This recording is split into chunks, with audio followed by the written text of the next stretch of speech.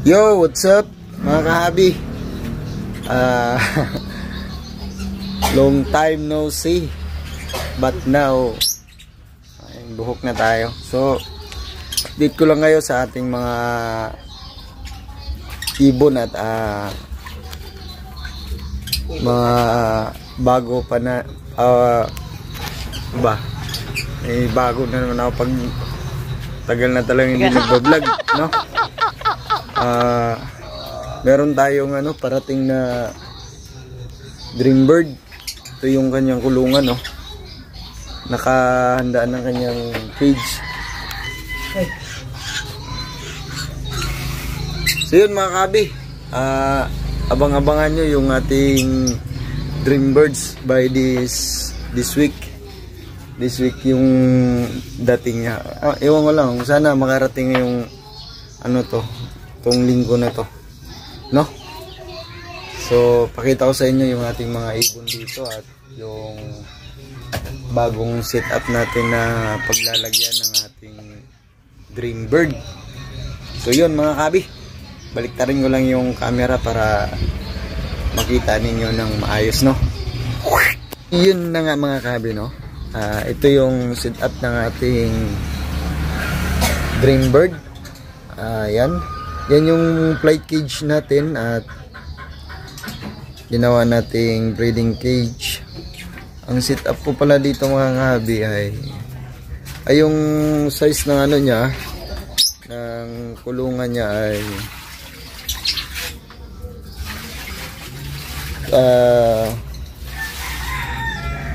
3x2. 3 feet yung haba niya, tapos 2 feet yung yung gilid niya, tapos yung taas niya ay 3 feet. 3 feet din to. Yan.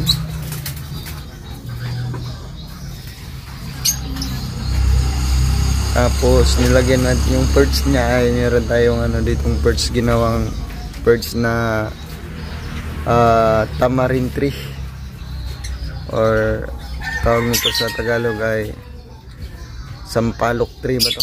Yan, sampalok tree yan.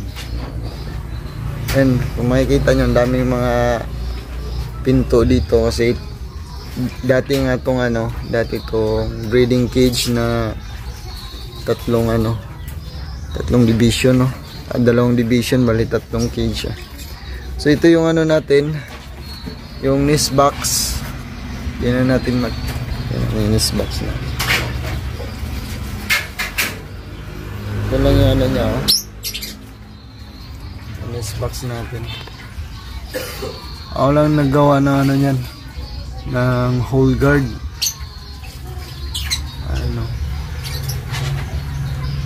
Ayan. So paki-comments, no? Gunggong! Barinig kita sa mukha eh! Bird ang ating ilalagay dito. Dreambird natin yan. Kung nakasubaybay kayo sa ating channel sa Facebook, alam nyo na yan, no? By this week, darating yung ating update ko pala kayo dito sa ating mga breeder na mga yellow balls. Project natin na yung mga lutino. Tingnan natin dito kung may mga itlog na sila.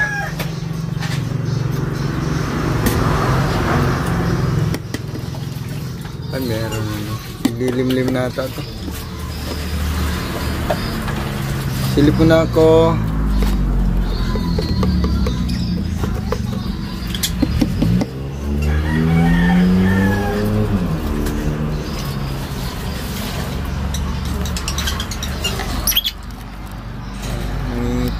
May dalawa pala yung itlog niya. Siguro mangingitlog pa yan, bukol pa yung pitan niya eh. Ayan. Then dito ay 2-pack. Silip mo na 2-pack ha. 2-pack. Silipin natin yung Ilan na yung itlog niya? Apat. May 4 na itlog na si Tupac. Buhayin mo Tupac, nung nakaraan 3 lang binuhay mo. Din dito sa taas, Crown City.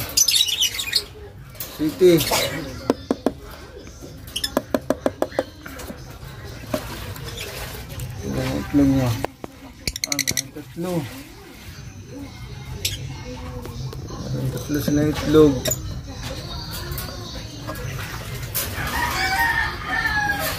Yan. Then dito, silipin natin kung may itlog na tong bagong parisan natin dito. Ay, meron na ata to. May itlog na ilan. Meron na isa. Kaya bukol pa yung pita niya. Mangingitlog pa yan. Itlog nila. Itlog nila natakpan.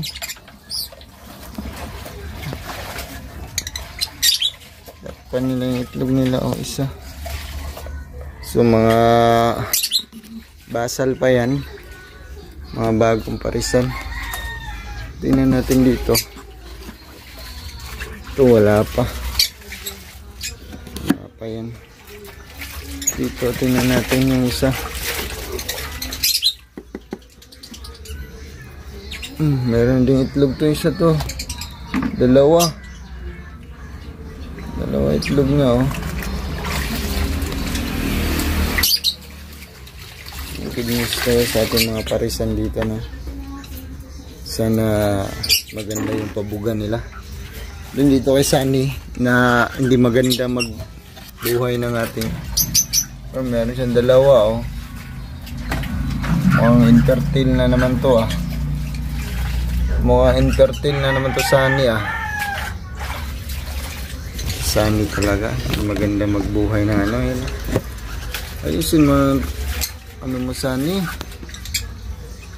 dalawa lang yung itlog mo infertile pa. Ang gagawin natin dito kay Sunny, binta na lang natin isang Lutino cock. Hindi yan mga kabi, hindi yan opaline, normal Lutino. Ito ito ay Lutino din to, yung hen dito ay yung cock Lutino din yan. Lutino pala yan. And dito ay mga green split opa saka green ewing opa. Pares ni Sunny. Yun. Meron tayong nag-iisang dito. Wala siyang kapartner kasi nakawala. So yun mga kabino, ito yung update natin sa ating ibunan. Yan yung bagong setup natin. Ayan binila natin yero. So yun lang mga kabino. At yun na nga mga kabino, yun ang ating update sa ating ibunan. Nalilito na ako. Ano ba siyan ba? Against the earth Ayan, dito tayo. Against the earth talaga mga kabino. Ayan mga kabino.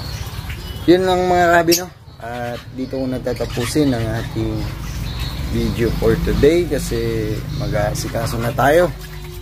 Tayo ay papasok na sa ating trabaho At antabayanan yung mga kabi, yung ating Dreambird malapit na.